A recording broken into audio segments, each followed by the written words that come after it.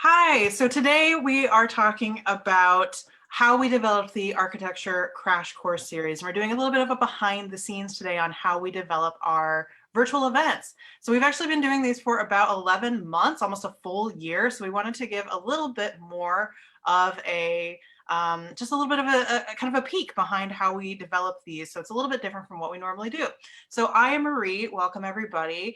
And I'm here with Alex today. There he Hello, is. hello. Nice to be back here with everyone. So I'm going to be talking to Alex about how he developed this series that we are doing.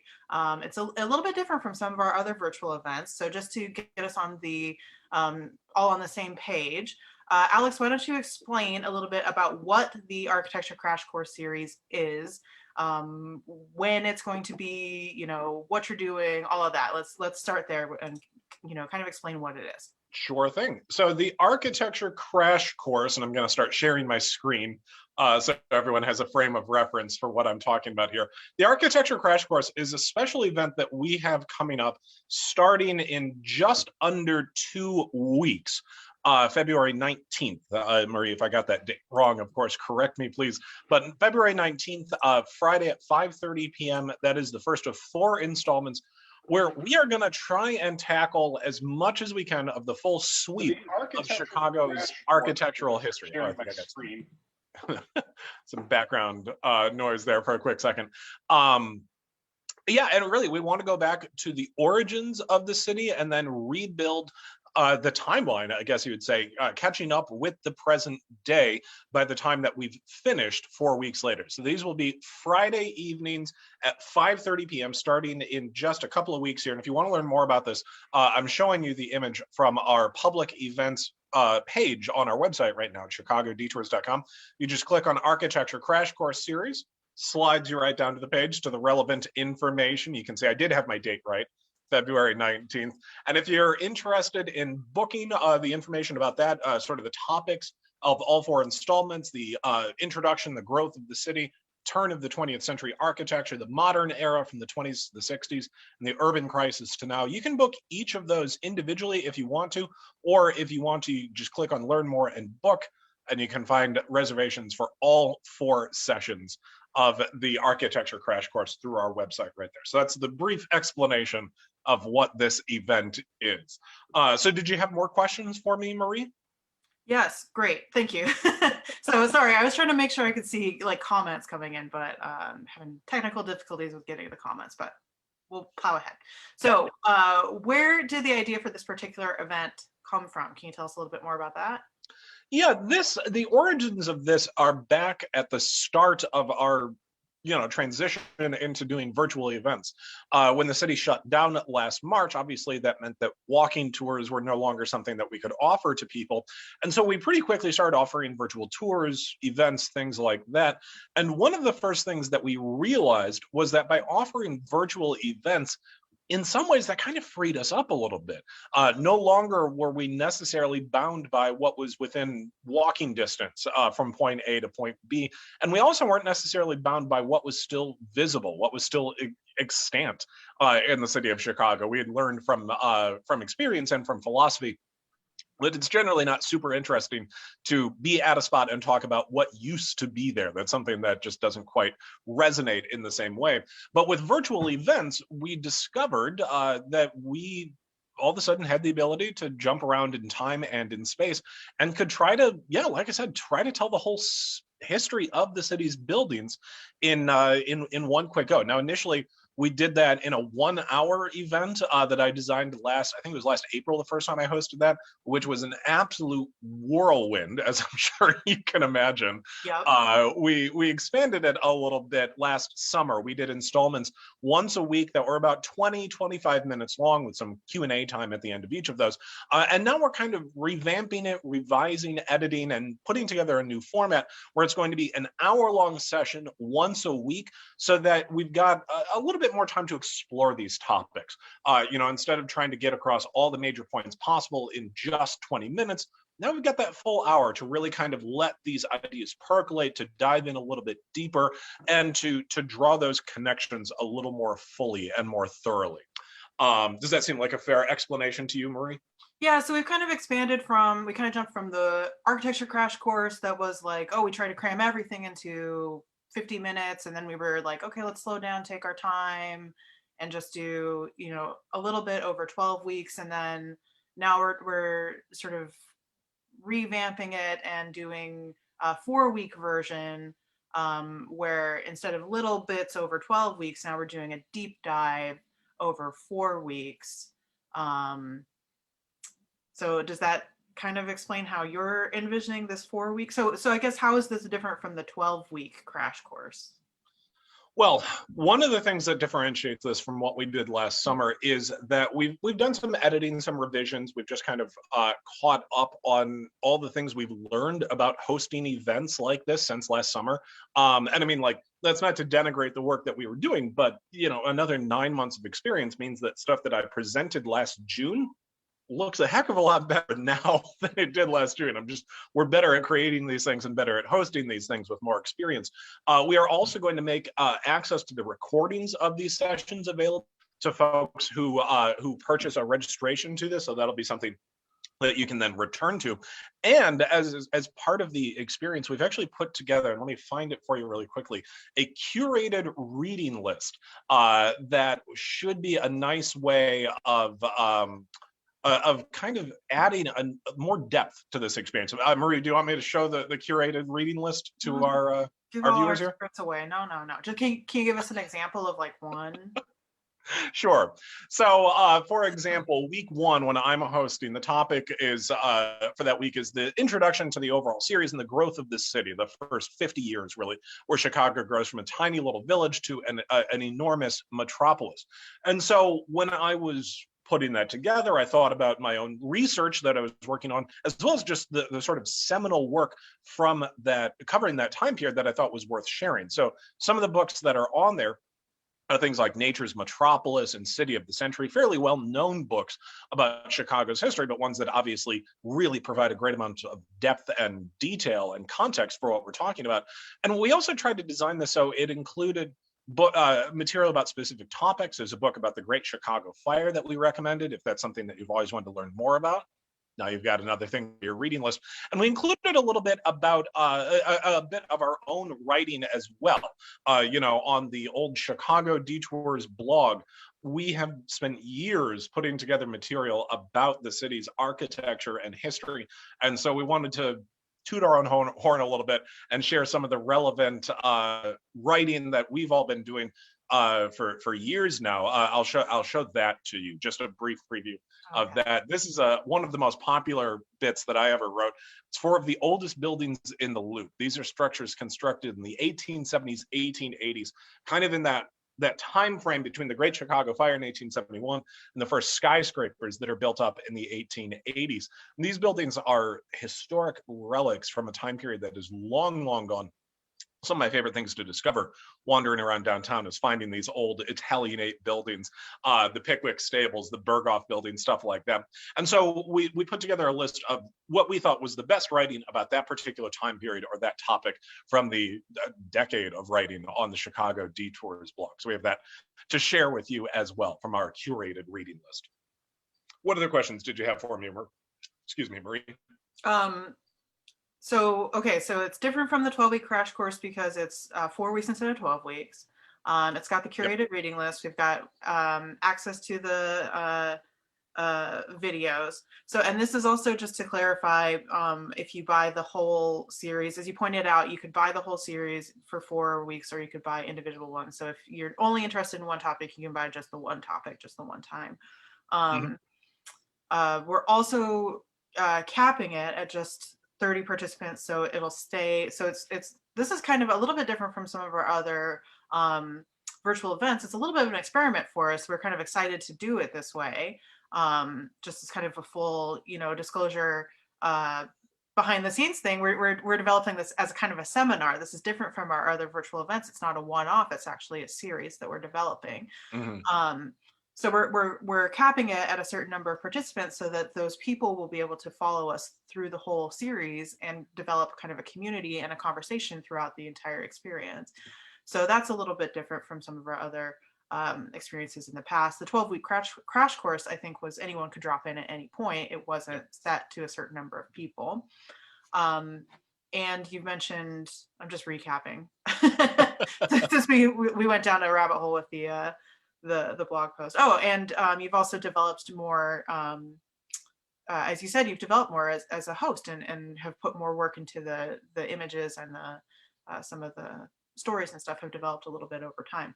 Yep. I wanted to ask a little bit more about the reading list, since that is a brand new element that we're introducing. That's the first time we've done kind of a curated reading list for one of our virtual events. How did you actually talk about this? How did you put that together? How did you decide what went into it? How do you recommend people actually use it? I did. I talked about it a little bit, but I hadn't talked about how people might use it. That's actually a really good question. The way I conceived this is this is not something where there's required reading before class begins. If that makes sense. The reading list here, I think, is more for follow-up reading, perhaps. This is something, for our blog post, maybe that's something that you could check out before we pop in. If there's questions that derive from that during our sessions, that's fantastic. But for some of the longer books, I've got City of the Century right behind me here.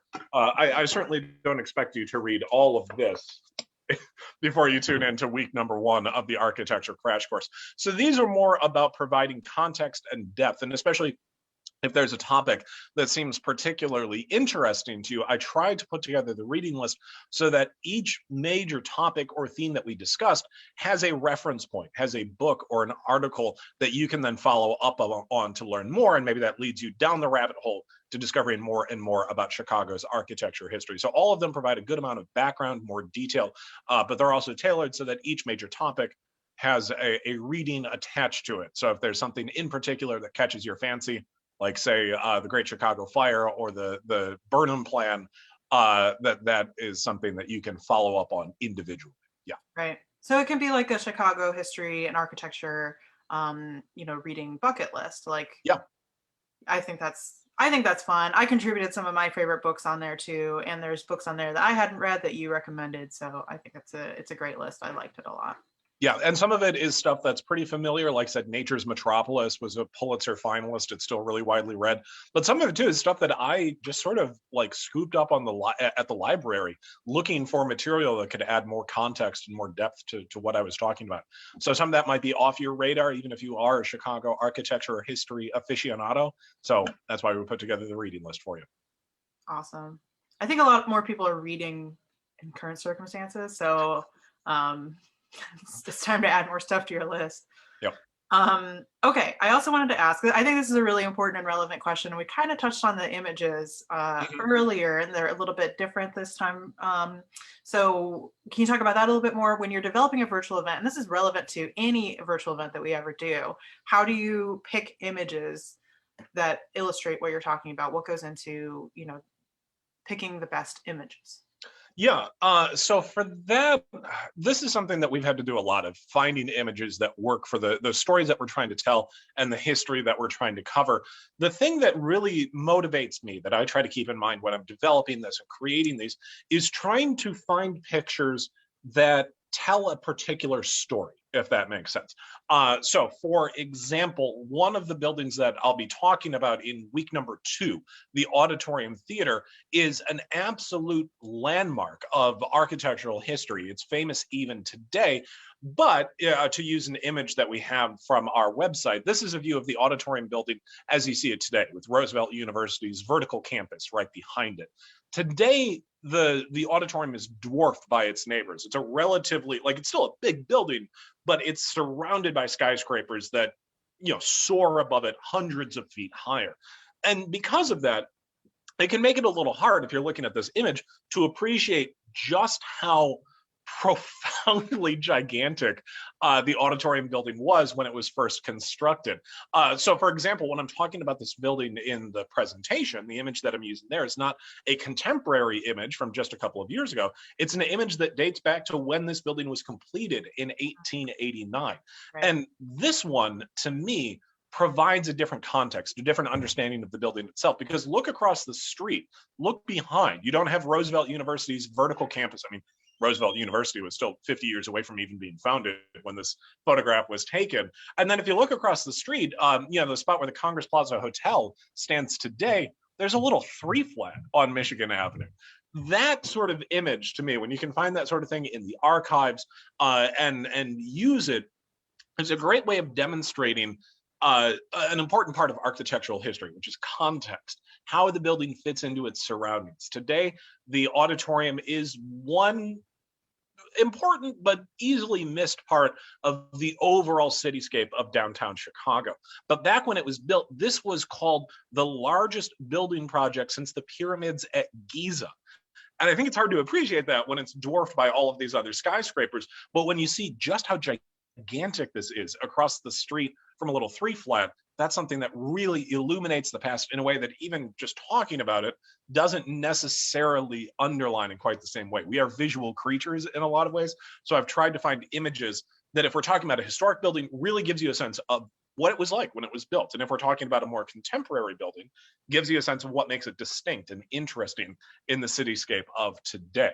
And the other thing that we're doing that's going to be a little bit different since last summer, when it comes to picking visuals, picking images, we've gotten a lot more used to being able to use 360-degree images provided by Google through Street View and other tools. And so I wanted to show you a little bit of that, how magical that can be, because Google is really good at recreating the way that the city itself, if you walk around it in the present day, there's all these different time periods kind of sandwiched on top of one another. So to use a reference that I kind of developed on a walking tour, but want to make sure to share as widely as possible.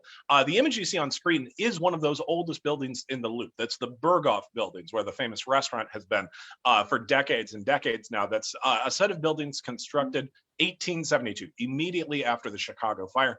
Gives you a strong sense of the scale of the city in that time period, in the 1870s. It's a lot of Italianate architecture, 3 or 4 stories, and each building just 1 or 2 lots wide. So that's a really good kind of out of time example of what the city looked like back in the 1870s.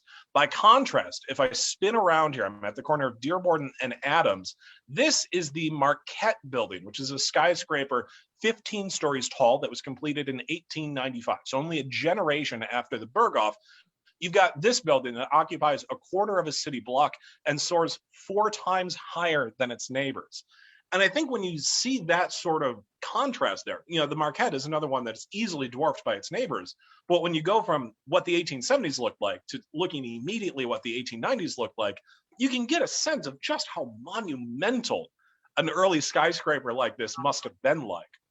And then you can take it even further. If you pivot again, if I turn across the street here, these gigantic black buildings of the 1960s architecture of Mies van der Rohe. That's a topic Amanda will be talking about when she discusses modernism.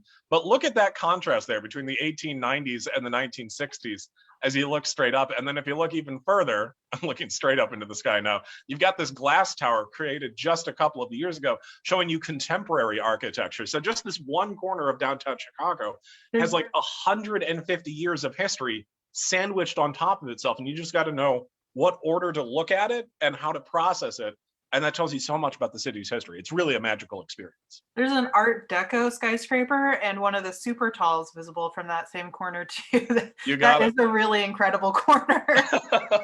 Yeah, there's an Art Deco, and then the Sears Tower is visible from the same angle. Wow, what an incredible find in Street View. Okay, I'm officially blown away. Okay, so okay, I think that we've really dived into the behind the scenes. Thanks for talking about it, Alex. I'm excited. So we've got to tell you how you can find it. So you introduced it at the beginning. It's on our public events page, which we will link in the Facebook.